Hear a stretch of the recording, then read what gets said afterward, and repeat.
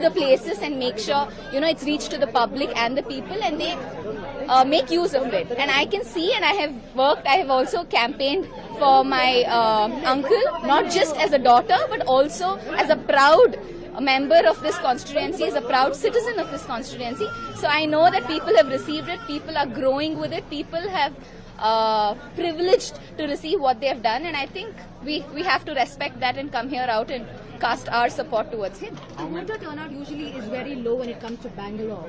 How do you look at the fact that the youth coming out, people coming out, despite the sweltering heat, how do you urge them to come out and vote? I think it's very important to come out and vote, because whatever the heat is today and however the climatic action make a difference tomorrow, it's very important that we cast our responsibility today so that we have the right to question someone tomorrow, because they might be policy makers. But if I don't take the choice to come out today in the heat or whatever it is, because even when our health goes wrong, whatever the heat is outside, we go out and make sure we take care of our health, right? So it's not about the self today, it's about the country today.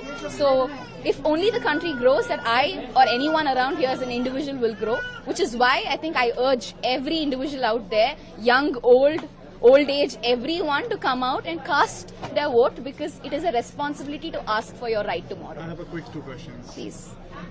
Fast.